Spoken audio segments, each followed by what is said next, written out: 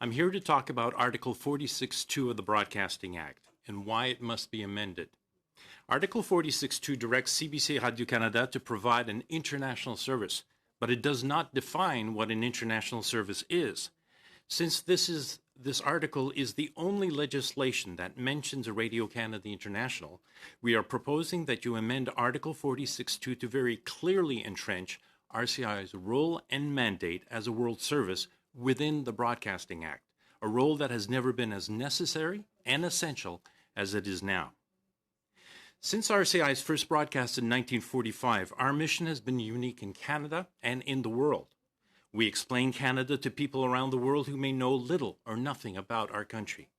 2 weeks after Tiananmen Square, we started broadcasting in Chinese to China.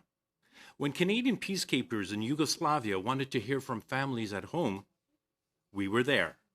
When Canadians voted for a new government, we had live election night coverage tailored for audiences outside of Canada. We recorded and released records on our RCI label of such artists as Glenn Gould, Oscar Peterson, Gilles Vigneault, Pauline Julien. We distributed English and French lessons to radio stations around the world. We hosted conferences on international broadcasting, and we were quick to use the internet and set up a multilingual website. RCI was a highly respected international broadcaster with a loyal audience and an impact that was recognized globally and far surpassed our resources. Up until the 1990s, the landlord-tenant relationship between CBC and RCI worked.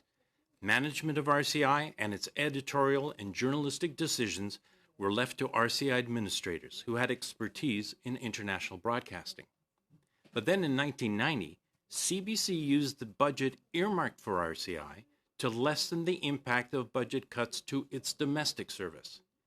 In subsequent years, these continuing budget issues and cuts enabled CBC administrators to take over the administration of RCI, and with disastrous results. For example, last year, contextualized programming in Canada's official languages was eliminated when our English and French sections were shut down. In previous years, our newsroom was disbanded, the Ukrainian and Russian sections eliminated, as well as the audience relations and music recording departments. And last year, RCI's popular website was revamped, badly, and is now being used to promote CBC and Radio-Canada's domestic programming. CBC Radio-Canada's priorities or budget constraints should not determine RCI's role and mandate. That decision should only be made by Parliament. The future of RCI should not be a low priority or an afterthought.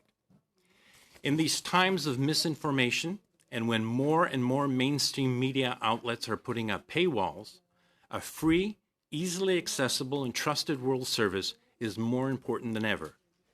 RCI must be revitalized as a technologically savvy, market-appropriate institution. Senators, 28 years ago, your committee set up an inquiry into the mandate and funding of Radio-Canada International.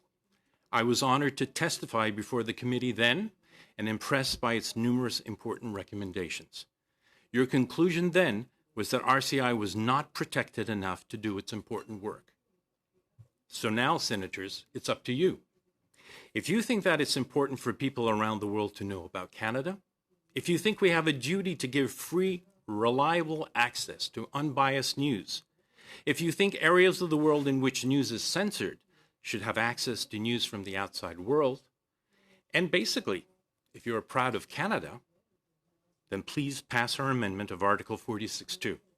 This is not a CBC issue. This is an RCI issue, a question of whether we're enough of a nation to have a world service. Thank you. Look forward to your questions.